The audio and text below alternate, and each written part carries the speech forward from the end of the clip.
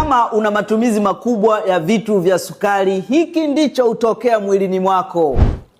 Somo hili linakuhusu wewe ambaye unasema usiku sili wali, sili ugali, lakini unakula kisinia cha matunda. Wanywa juisi natural bila kuongeza sukari. Hii video pia inakuhusu. Ni gramu 5 tu za sukari ndizo huendesha mwili wako, na ndio kiwango cha sukari katika damu yako. Baada ya kuumiminia mwili kiwango kikubwa cha sukari kwa mkao mmoja, mwili ushukuru, lakini huichukua yote ile sukari ya ziada na kuiweka kuwa hazina. Mwili wa binadamu huwa ukojoi sukari mpaka uitwe mgonjwa wa kisukari. Twende darasani. Kuna kitu kitaalamu kinaitwa de novo lipogenesis. Ni utengenezaji wa mafuta mapya katika mwili wako. Na kuna kitu kinaitwa glycogenesis. Ni utengenezaji wa glycogen katika mwili wako. Matukio haya yote mawili yanatokea pale mwili unapozidishia sukari. Mwili wa binadamu huwa una kiungo kinaitwa kongosho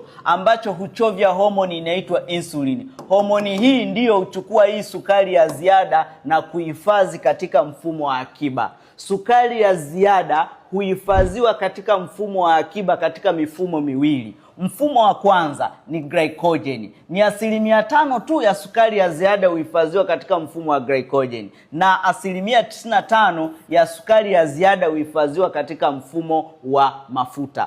Baada ya kuhifadhi ile sukari iliyozidi katika mfumo wa glycogen na mafuta, homoni hiyo hiyo iliyohifadhi huwa inazuia pia mwili wako usiweze kutumia ile akiba. Yaani hii homoni ya insulin inahifadhi, alafu hapo hapo inakuzuia usitumie akiba. Maana yake ni kwamba hiyo homoni tunaita kitaalamu ni anabolic hormone. Ni homoni inayojenga tu na kuushikilia mwili na kuzuia mwili wako usiyafikie mafuta, usifikie glycogen. Glycogen hii hutumika kuendesha mwili masaa 3 mpaka 8 pale unapokuwa haujala kitu chochote.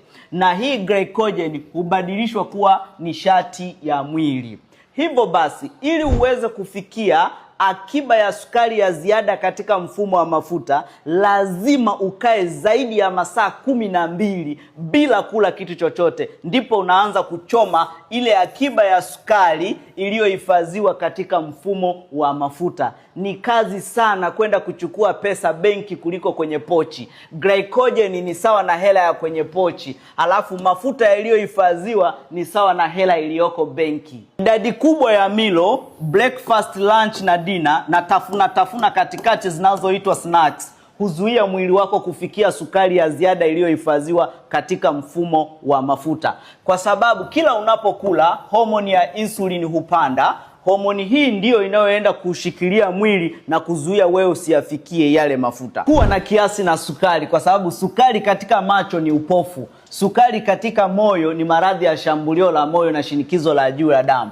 Sukari katika figo zinakufa, unaenda kwenye dialysis. Sukari katika mfumo wa mmeng'enyo wa chakula ni madonda ya tumbo yasiyokoma. Sukari katika joint ndio osteoarthritis. Sukari katika ngozi ndio pumu ya ngozi na machunusi yasiyoisha. Sukari katika ini ndi ini lenye mafuta na kansa ya ini. Sukari katika mapafu ni pumu ya kifua. Sukari katika ubongo ni kiharusi. Jitahidi kuwa na kiasi na sukari. Share na watu wengi zaidi hii elimu wapate kujifunza.